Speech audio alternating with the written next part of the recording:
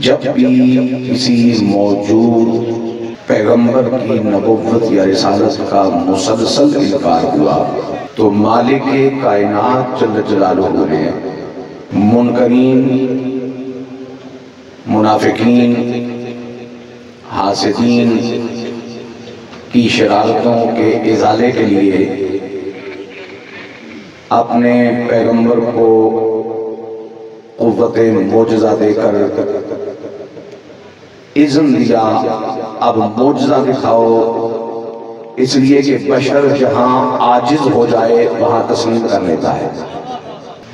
ہر پیغمبر کو میرے مالک جل جلالہ نے معجزے یا معجزات عطا فرمائے۔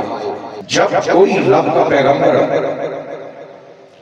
اپنی حیات ظاہری کو مکمل کر چکا اور مالک کائنات نے اپنے اس محبوب بندے کو اپنی بارگاہ میں واپس بلا لیا، معجزے بھی ساتھ ہی چلے گئے۔ اب لوہا موم ہونے والا نہیں، اب ہاتھ چمکنے والا نہیں، یہ معجزات اس وقت فعال رہتے ہیں جب صاحب معجزہ نبی حیات ظاہری سمیت عالم دنیا میں بندگان خدا کو رب کی توحید کی دعوت دیتا رہتا ہے۔ سچ ہے لوگوں، آمنہ کے لال نے وصال فرمایا، سچ ہے لوگوں کہ میرے پاک نبی علیہ السلام صدیاں بیت گئیں، ظاہری آنکھوں سے نظر نہیں آتے، لیکن میرے غیرت والے رب نے صاحب ختم نبوت تاجدار کائنات جناب محمد رسول اللہ صلی اللہ علیہ وسلم کی نبوت اور رسالت کو قیامت تک ثابت و موجود رہنے کے لیے اپنے محبوب کے دو معجزوں کو قیامت تک قائم رکھا۔ پیغمبر کے وجود کے بغیر معجزہ ممکن نہیں، پیغمبر کے وجود کے بغیر کہ نبی زمین پہ موجود نہیں اور معجزہ ہے، یہ رب کی رضا کے خلاف ہے۔ یہ چیز معجزہ وہاں ہوگا جہاں موجود پیغمبر اپنی حیات سمیت موجود ہوگا، اور میرے اور آپ کے پروردگار جل جلالہ نے محبوب کریم صلی اللہ علیہ وسلم کی حیات پاک کو عقیدہ حیات النبی جسے کہا جائے اس کو ثابت رکھنے کے لیے اور سرکار کی ختم نبوت کو ثابت رکھنے کے لیے میرے رب نے اپنے محبوب کے دو معجزے قیامت تک قائم رکھے۔ ایک معجزہ رب کا قرآن ہے اور دوسرا معجزہ میرے نبی کی امت کے اولیاء ہیں۔ میرے مصطفیٰ کریم صلی اللہ علیہ وسلم کے غلاموں، قرآن سینوں میں موجود، قرآن ہاتھوں میں موجود، قرآن گھروں میں موجود، قرآن مسجدوں میں موجود، قرآن درسگاہوں میں موجود، یہ معجزہ ہے آمنہ کے لال کا، اور جہاں معجزہ ہو وہاں صاحب معجزہ نبی موجود ہوتا ہے، اور جب موجود ہوتا ہے تو قرآن اعلان کرتا ہے محمد رسول اللہ۔ اب قرآن میرے رب کا کلام ہے، گویا قرآن نہیں کہہ رہا، خود رحمان فرما رہا ہے۔ سرزمین چورا شریف میں آنے والے اہل ایمان سید سعادت علی شاہ کی سرپرستی میں یہاں جمع ہونے والے خوش نصیبوں، ان جلدی سانسوں میں جہاں تم موجود ہو، جہاں تم زندہ ہو، جہاں تمہاری حیات کے لمحات گزر رہے ہیں، گھبرانا نہیں، کسی پروپیگنڈے کا شکار نہیں ہونا، مایوس ہونے کی ضرورت نہیں، کسی جنابی والا شک میں پڑنے کی ضرورت نہیں۔ کائنات کا رب انسانوں کو خیریت دینے کے لیے اپنی بھیجنے والا پروردگار اعلان فرما رہا ہے، ان چلتی سانسوں میں بھی اللہ کا رسول آمنہ کا لال ہی ہے۔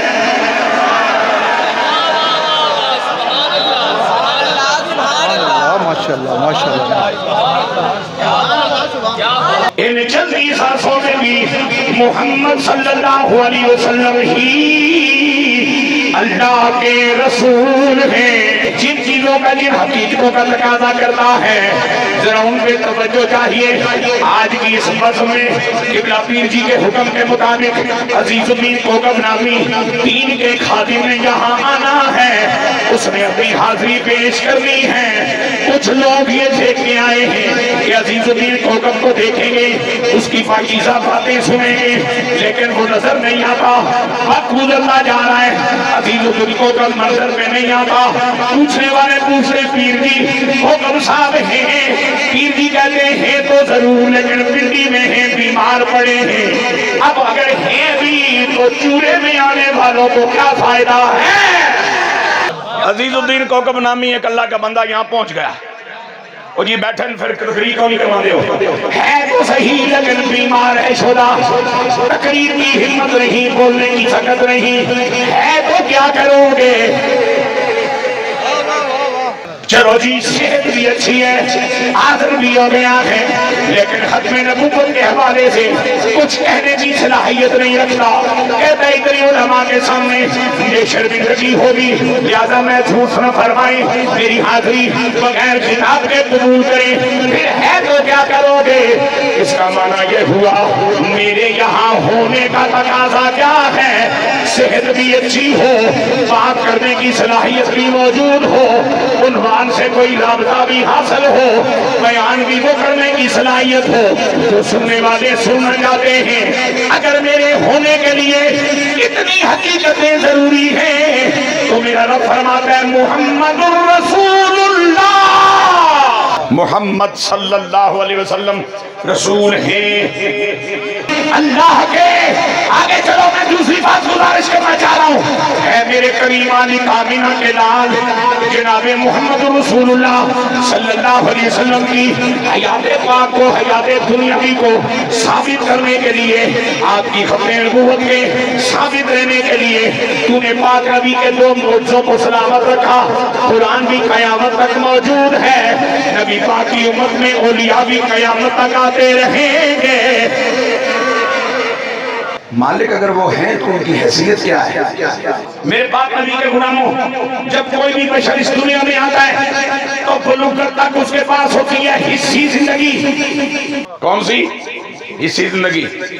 اسی زندگی کا یہ کرشمہ ہے کہ بچہ ہو یا بچی 18 گودوں میں جائے چیختا ہی رہتا ہے, جب اس کو ماں کی گود میں لایا جائے خاموش ہو جاتا ہے, مطمئن ہو جاتا ہے. اور ہمارے بوڑھوں نے ہمیں بتایا یہ اپنے ماں کے کپڑوں کی خوشبو کی سمجھ رکھتا ہے, یہ اپنے ماں کے پسینے کی خوشبو جانتا ہے. اس سے اللہ نے یہ ادراک عطا فرما رکھا ہے, یہ ہے حصی زندگی. اور جب بالغ ہو گیا اب زندگی کا دوسرا رخ بھی سے مل گیا, جس کو کہتے ہیں دنیاوی زندگی. اب دنیاوی زندگی کے تقاضے ہیں, نماز فرض, روزہ فرض, توفیق ہے تو حج فرض, زکات فرض, ماں باپ کی خدمت فرض, نکاح کرے گا, بچے ہوں گے انہیں حلال کھلائے گا, تربیت اچھی کرے گا, بیوی کی ضرورتیں پوری کرے گا. یہ سارے معاملات دنیاوی زندگی سے متعلق ہیں. جب دنیا سے چلا گیا, وفات ہو گئی, دنیاوی زندگی کے تمام تقاضے ختم ہو گئے. اب نماز نہیں پڑھے گا, روزہ نہیں رکھے گا, زکات نہیں دے گا, اب اللہ نہیں کرے گا, ذکر نہیں کرے گا, آذان نہیں پڑھے گا, قرآن نہیں پڑھے گا. اب اس کی بیوی عزت کے بعد بیوہ ہو چکی ہے, چونکہ دنیاوی زندگی اس کی مکمل ہو گئی. حیات دنیاوی کے ساتھ نکاح کا تعلق ہوتا ہے, دنیاوی زندگی ختم ہو گئی, نکاح بھی عزت کے بعد ختم ہو گیا, بیوی بیوہ ہو گئی, بیوی بیوہ ہو گئی, بیوی بیوہ ہو گئی. اب کملی والے کے غلاموں, کائنات کا مالک اعلان کر رہا ہے 14 صدیاں بیت گئی, میرے پیارے نبی جو اپنی قبر میں جلوہ فرما ہے, ان کا نکاح آج بھی ان کی ازواج سے ثابت و موجود ہے. تفصیلات میں نے کبھی بھی نہیں چھیڑی, وہ چھیڑنے کی نہ مجھ میں ہمت ہے, نہ صلاحیت ہے, نہ میرے لیے اجازت ہے. لیکن میرے حضور نے اپنی اولاد کے لیے اور اپنی ازواج کے لیے وصیت نہیں فرمائی.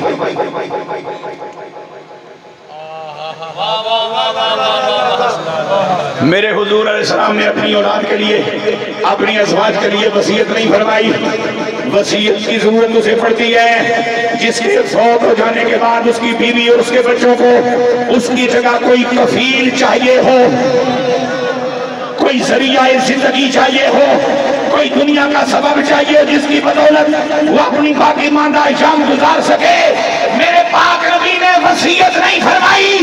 اس کا معنی یہ ہوا کملی والے آقا یہ اعلان کر رہے ہیں جس طرح اپنی 4 بیٹیوں 3 بیٹوں کا قبر میں جانے کے باوجود بھی باپ رہوں گا، اسی طرح اپنی ازواج کا قیامت تک خاوند رہوں گا۔ اسرائیل تو آئے جناب رسالت مآب علیہ السلام کے پاس، موت نے پوری محبت و عقیدت کے ساتھ میرے حضور علیہ السلام کے وجود پاک کا لمس حاصل کیا۔ جب ہمارے کملی والے نے اپنے بخت جگانا،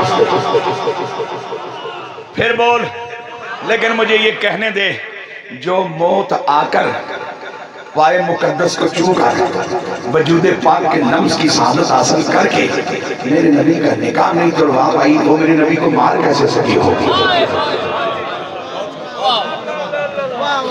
لہذا جتنے لوگ کہہ سکتے ہو کہو، اونچی آواز میں کہو، آہستہ کہو، کہو صحیح تاکہ دائیں پورے میں بیٹھا ہوا فرشتہ دیکھ لے۔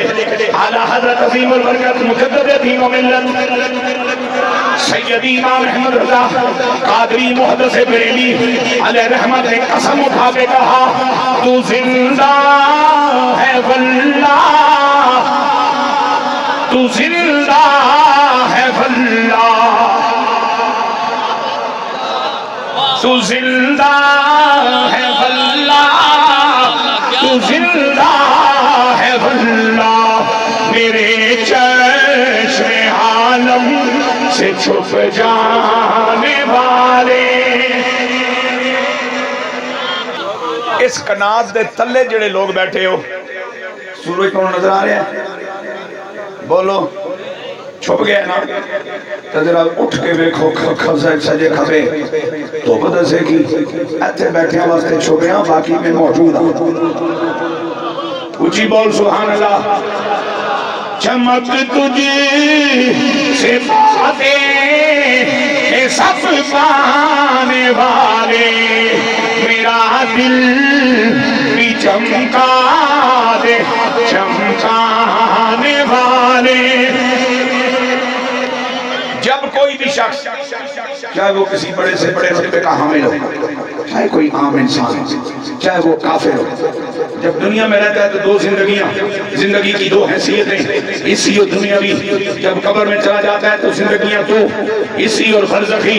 لیکن صدقے چاہیے آمنہ کے لال جناب محمد رسول اللہ صلی اللہ علیہ وسلم کے میرے پاک نبی جناب محمد رسول اللہ علیہ السلام نے جب قبر انور میں قدم رکھا، میرے مالک نے اپنے پاک نبی کو بیک وقت 3 زندگیاں عطا فرما ڈالی۔ اسی زندگی بھی ہمارے آقا کے پاس قبر انور میں، برزخی بھی آقا کے پاس، دنیاوی بھی آقا کے پاس، برزخی زندگی بھی آقا کے پاس۔ وہ قبر انور میں رہ کر بظاہر ہماری آنکھوں سے اوجھل رہ کر آج بھی ختم نبوت کی ساری ذمہ داریاں اس شان سے نبھا رہے ہیں کہ قیامت تک ان کے لیے ان کے بعد کسی اور پیغمبر کی ضرورت۔ حضور قبلہ عالم کی سید عجائب علی شاہ صاحب رحمۃ اللہ تعالیٰ کی مجلس چینم سے لے کے آج تک مجھے یہاں کا لنگر کھانے کی سعادت حاصل ہے، اور مجھے جو راستہ پتا ہے میں اسی راستے سے آتا ہوں۔ اور آج میں نے صاحب سے عرض کیا، میں کہ جو ادھر بوئے لگ گئے تو کوئی چوکیداری بھی ہے، میں نے اور راہ کوئی نہیں پتا، ذرا کڈیو میں کدھر پھنسنا چاہتا ہوں۔ ادھر پیچھے گاڑی لگاتا ہوں، وہ تنگ سی ایک گلی ہے حسنین فاروق شاہ صاحب کے گھر سے جو نکلتی ہے، وہاں سے ہو کے آ جاتا ہوں۔ اس کے علاوہ اللہ دی قسم کوئی راہ نہیں پتا۔ اسی بہتے راہ پرکھن تے جج کرنا لے لوگ بھی نہیں، ساڑا مزاج ہی نہیں، بس یکدرگی و محکم کی۔ پھر بولو ذرا سبحان اللہ، اور مچل کے کہو سبحان اللہ۔ اب توجہ چاہوں گا میں حضرات، آخری ایک گزارش، ایک بات آپ کی خدمت میں پیش کرنی ہے۔ 1,24,000 تھوڑا جا سلسلہ نہیں، کم و بیش ہر پیغمبر علیہ السلام کے دنیا سے تشریف لے جانے کے بعد پیچھے انسان موجود تھے، اور انہوں نے رب کا ہونے کے لیے امت بننا ہونے کے لیے ضروری تھا۔ اور چلو ساتھ یہ بھی سن لو، یہ جتنے یہاں بیٹھے ہیں یہ امت ہے یا نہیں؟ ہمیں یہ زوم نہیں ہے کہ ہم امت ہیں، ہمیں ہمارا مالک فرماتا ہے کنتم خیر امت، تم ہو امت خیر، ساری امتوں سے بہتر، ساری امتوں سے خوب، ساری امتوں سے اعلیٰ مالک کیوں؟ اس لیے کہ تو ایک نبی سب نبیوں سے اعلیٰ ملا ہے۔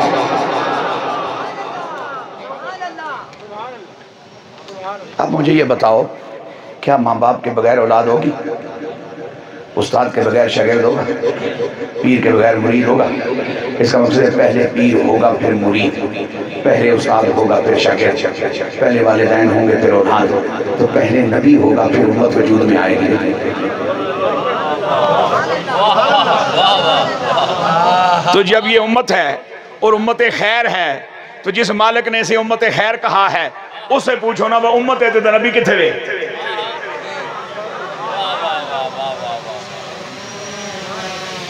بک بک کرنا تے یب یب کرنا تے چور چورن کا گل حل نہیں ہوندی۔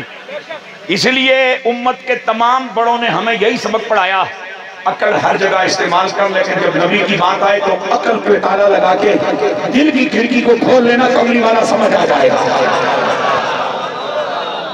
حضرت اقبال نے کہا تھا اچھا ہے دل کے پاس رہے پاس بان عقل، اچھا ہے دل کے پاس رہے پاس بان عقل، لیکن کبھی کبھی اسے دل کو، لیکن کبھی کبھی اسے تنہا بھی چھوڑیے۔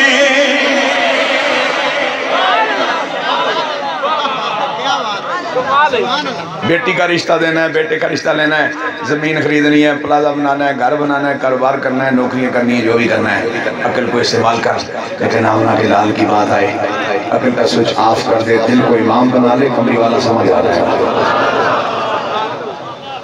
اگر یہ امت ہے اور قیامت تک امت ہے، اس لیے کہ خبر قرآن نے دی ہے، تو پھر اس کا نبی کدھر ہے؟ یہ میرا مسئلہ نہیں ہے، جس سنو امت آکھے ہے، یہ مسئلہ اس رہی ہے کہ وہ اس امت کا نبی بھی بحال ہو رہا ہے۔ ہر پیغمبر کے چلے جانے کے بعد رب نے متبادل عطا فرمایا، اور متبادل کی ضرورت اسے پڑتی ہے، غور سے سننا ذرا میری بات، متبادل کی ضرورت اسے پڑتی ہے جو اپنے وقت میں اپنی ذمہ داری ادا کرنے کی پوزیشن میں نہ ہو۔ میرے پروردگار نے اپنے محبوب کا متبادل قیامت تک رکھا ہی نہیں، اس کا معنی یہ ہوا کہ قیامت تک حضور ختم نبوت والا کام خود ہی فرما رہے ہیں۔ یا غوث اعظم جیلانی، بولو سارے بولو پھر بولو، یا غوث اعظم جیلانی، کیا شان شہادت جتھے مکے مدینے دی محفل دی، جتھے مکے مدینے دی محفل دی، بغداد میں خانہ تیرا، نعرہ تکبیر، کھیے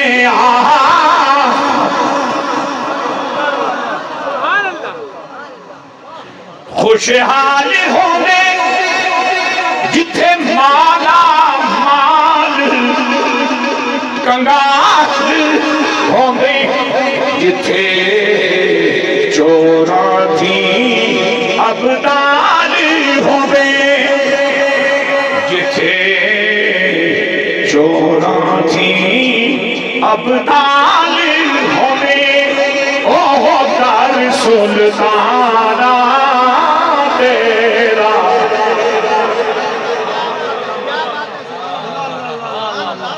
جتھے بگڑی بنے بنے بے ٹنگیاں، جتھے شرم رکھی جائے ننگیاں،